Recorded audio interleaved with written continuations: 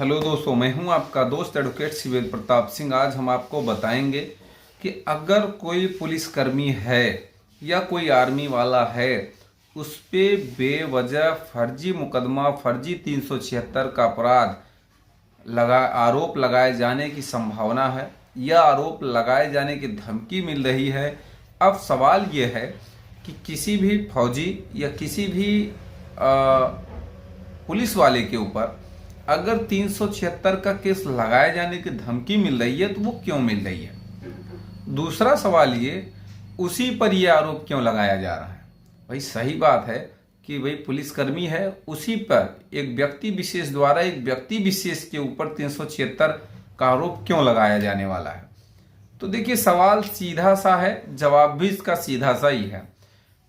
देखिए, दो लोगों में अक्सर प्रेम होता है, जब दोनों लोगों में प्रेम है, तो दो लोगों में जब प्रेम है तो उस प्रेम में किसी बात को लेकर विवाद हो गया।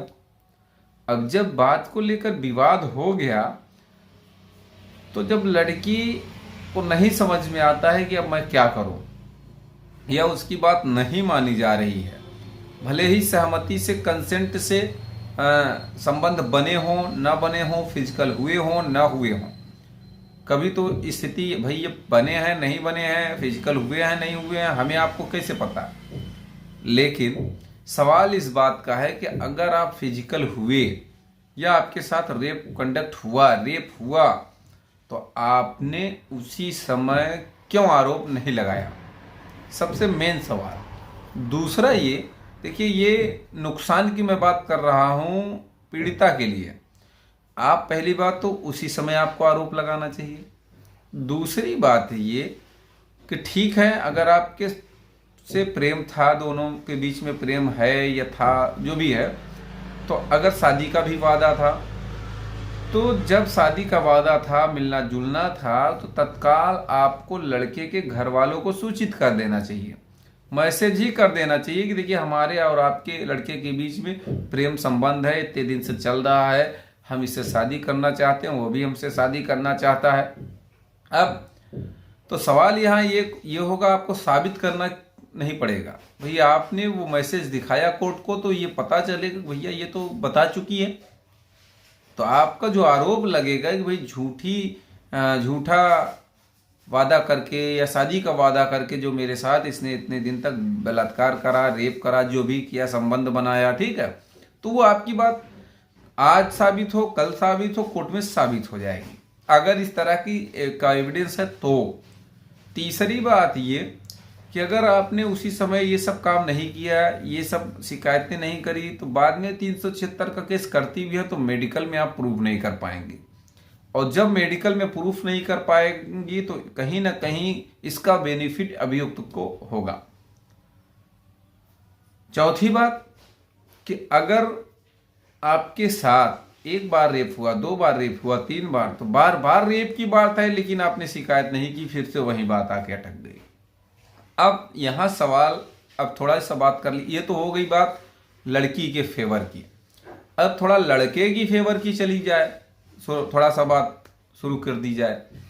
तो देखिए, अगर लड़के की बात करी जाए तो अगर सिर्फ प्रेम है, अब चाहे सहमति से संबंध बने हों या संबंध ना बने हों, दोनों कंडीशन में, पुलिसकर्मी है, आर्मी है, दोनों के लिए मैं बता रहा हूं भाई, ये सवाल तो सबके लिए है, चाहे वो पुलिस वाला हो चाहे ना हो, चाहे कोई भी हो, सबके लिए ये बात लागू होती है। लेकिन अगर दो ही लोगों की मैं बात क्यों कर रहा हूं उसका भी मैं आगे कारण बताऊंगा कि अगर आप पे ये आरोप लग रहे हैं या लगने वाले हैं या संभावना है, तो ध्यान रखें, एक संबंधित मजिस्ट्रेट को या डिस्ट्रिक्ट मजिस्ट्रेट को आप एक आवेदन लिख के तैयार करके भेज दें कि हमारे ऊपर ये लड़की द्वारा ये आरोप लगाए जाने की संभावना है, जो कि फर्जी है, सरासर झूठा है।